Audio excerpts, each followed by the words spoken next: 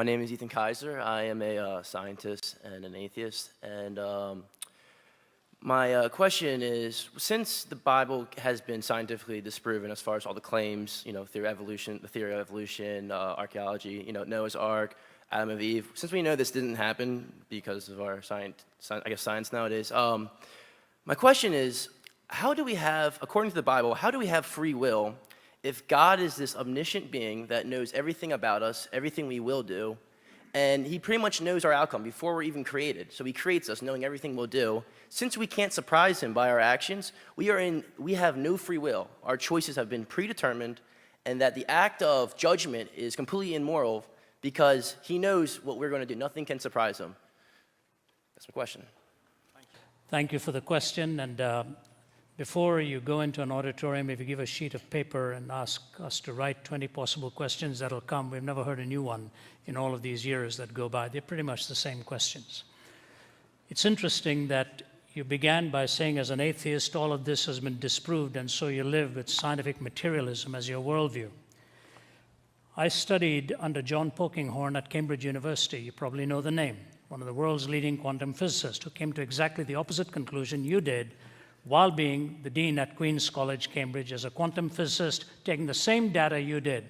So obviously, for a man of his intellectual ability to come to a different conclusion, one would either have to say he's totally stupid to come to that conclusion, or else his empirical basis. Please don't keep shaking your head. Let me finish so that you can come and talk afterwards. So allow us to concentrate what we're saying here. I want to read for you what David Berlinski says about the scientific naturalistic worldview. Do you know who he is? No. One of the world's leading physicists who is an agnostic, borders on atheism, but took issue with Richard Dawkins's book, The God Delusion, and wrote a book called The Devil's Delusion. Here's what he said. Has anyone ever provided proof for God's inexistence? Not even close. Has quantum cosmology explained the emergence of the universe or why it is here? Not even close. Have the sciences explained why our universe seems to be fine-tuned to allow for the existence of life?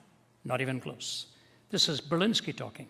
Are physicists and biologists willing to believe in anything as long as it is not religious thought? Close enough. Has rationalism and moral thought provided us with an understanding of what is good, what is right, and what is moral? Not close enough. Has secularism in the terrible 20th century been a force for good? Not even close to being close. Is there a narrow and oppressive orthodoxy of thought and opinion within the sciences? Close enough. Does anything in the sciences or in their philosophy justify the claim that religious belief is irrational? Not even in the ballpark. Is scientific atheism a frivolous exercise in intellectual contempt? Dead on. Now, I didn't say that, all right? I'm not quoting myself. Please give me your name, sir. Ethan. Ethan? Yes. Ethan, what you're wrestling with is not uncommon. Many people from a scientific and materialistic worldview will say what you've said and come to that conclusion. The problem is what you mispositioned was your concern between determinism and free will. Your application could have gone in many different directions, but you came to that one for some reason, which I was unfortunate, I think. At Cambridge, I listened to a talk at the Lady Mitchell Hall in 1990 by Stephen Hawking.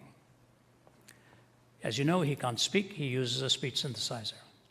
His whole talk was on determinism and freedom. And you know what he concluded? That the tragedy with scientific materialism, if we take its assumptions, is that we are not free, we are totally determined. That was the world's leading physicist at that time saying, the very thing you're asking of the Christian faith, he pinned on your backs as scientific materialists.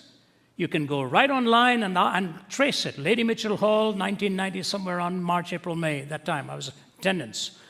And he said, the only escape I have is since I don't know what has been determined, I may as well not be. The whole auditorium moaned and groaned with an escape hatch that he gave for himself after telling us that we were completely determined. That's Berlinski's issue. That is actually even what people like Dawkins will concede, or Pinker. You read Steven Pinker and the others. So totally determined. So the question is, were you free to ask this question? Yep. I don't believe any of us actually have free will because we are strictly material. So you're actually, as a machine automaton, asking me this question? We are all made up of our past experiences. Okay, but you're not free then. You're not free. You're not making a truth statement. My true statement. I mean, what I'm saying is our memories and our states. No, hear me carefully. Okay. If you're totally determined, Yes. you're pre-wired to think the way you do. Nature versus nurture. Yes. Sorry? Nature versus nurture. Nature versus nurture. Yes. Regardless, the nurture may provide a different environment, but the nature is you're hardwired to come out with a certain conclusion. Out of flux, nothing but flux. You know, what you put into the computer, ultimately is going to come out. But you have to ask yourself, are you making a truth claim? If you are making a truth claim, you're rising above the bondage of total subjectivity. And the moment you claim a truth claim, you're violating determinism. And so I just leave you with that, and let's meet afterwards. Hey, Ethan, we want to chat with you. You know, you're the kind of guy we come here for. So afterwards, you come here and we'll chat with you. Come here, give me a shake hand. Bless you, brother. Thanks, buddy. Thank you.